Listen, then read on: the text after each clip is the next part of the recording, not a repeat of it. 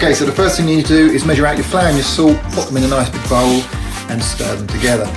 And then after that, what you want to do is put your spice mix in, if you're using a spice mix. If you're not, then using the plain. Now I'm going to put some cinnamon in. I'm doing the cinnamon and carrot mix. So I'll mix the cinnamon in first, and then I'll add my carrots in after the cinnamon.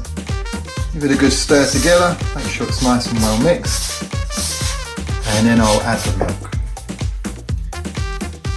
So the milk needs to be warm, but it can be room temperature as well, that's absolutely fine. But what you don't want is it straight out of the fridge. So we mix that together well with the spatula first.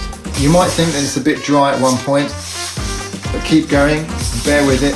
Okay, now when it's kind of partly mixed and it's still a bit dry and in pieces, a bit like biscuit, that's the time when you need to get your hands in. You don't need to make it more wet, you just need to get your hands in, and you need to bring it together and start kneading it in the bowl.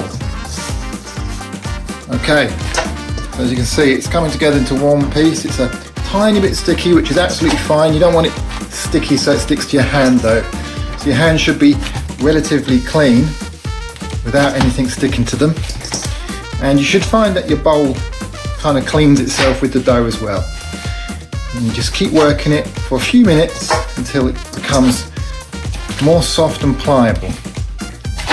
And then once it forms a nice soft ball of dough, we will cover that. Now you can use a damp tea towel and cover the whole thing, or you can use a bit of cling film just around the dough. It basically helps to keep the moisture in the dough. And we'll cover it and we'll leave it for 20 minutes.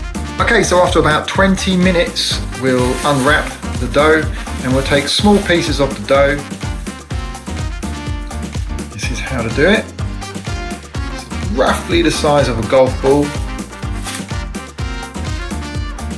Right, so using your finger and your thumbs, you're going to make a nice circle with the dough. Now, to help it from sticking to the surface and to the rolling pin, just a very light pinch of flour, and then start to roll it. If you do find it sticking, just a tiny bit more flour, but hopefully that will be enough from the beginning. A little bit of sticking is absolutely fine. So the thickness is entirely up to you. You can experiment a little bit on how thick you like your chapatis. Some people prefer them thicker, some people prefer them thinner. Now once it's done, throw it in your preheated pan, which we have over here. Okay, so here's our iron pan, nice and hot and ready. And we just throw the chapati in just like so. Now depending on how high you've got the flame, it will take a little bit longer or a little bit shorter to cook. But basically when you start seeing little bits puff up on the chapati, it's ready to flip over and it should be slightly browned on one side.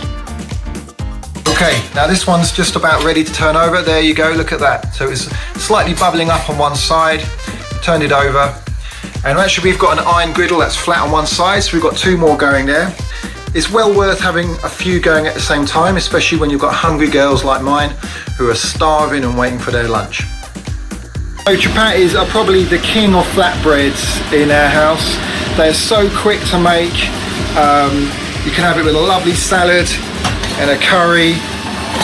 And we've knocked out a whole batch of these, which is about 15 chapatis in 15 minutes. That's cooking, that's not obviously preparing the dough. But if there's two of you, you can, obviously one could be preparing the dough, one can be rolling, and one could be cooking. You could probably knock out the whole thing in about 20-30 minutes if you wanted to do a double quantity, which is our case in our family. So there you have it. And they don't need to be perfect shapes. This one's quite difficult to roll because of the carrot in it. But most importantly, it will taste fantastic. So there you have it, several different types of chapati as a flatbread. And don't forget, once you've cooked them, wrap them in a napkin. That'll keep them nice and warm, and they'll continue cooking a little bit longer whilst they're wrapped up. And then if you don't eat them all, you can eat them the next day, or you can freeze them for another day. Hope you enjoyed this recipe, and see you next time.